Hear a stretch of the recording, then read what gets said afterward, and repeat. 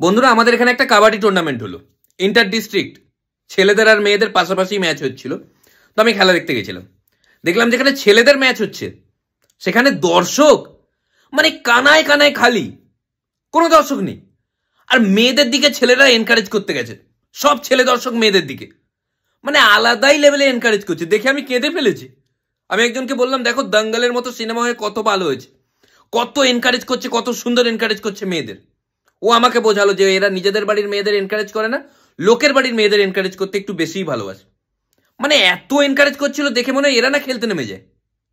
পাশে মেয়েরা প্র্যাকটিস করছে, ওখানেও গিয়ে এনকারেজ করছে, কামন। কমিটির কাছে আবদার জানিয়েছে যে আমরাও প্র্যাকটিস করবো ওদের সাথে। আর এদিকে ছেলেদের খেলা হচ্ছে, কি যে খেলা হচ্ছে, কোন ডিস্ট্রিক্ট জিতছে কেউ জানে না। নিজেদের মধ্যে খেলে যাচ্ছে, 7 জন দর্শক, 5টা মানুষ আর 2টো কুকুর।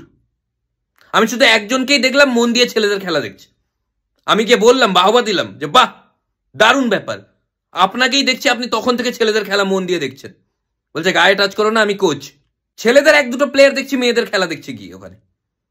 ছেলেদের খেলার আম্পায়ার রেফারি মেয়েদের খেলার ডিসিশন দিয়ে দিচ্ছে।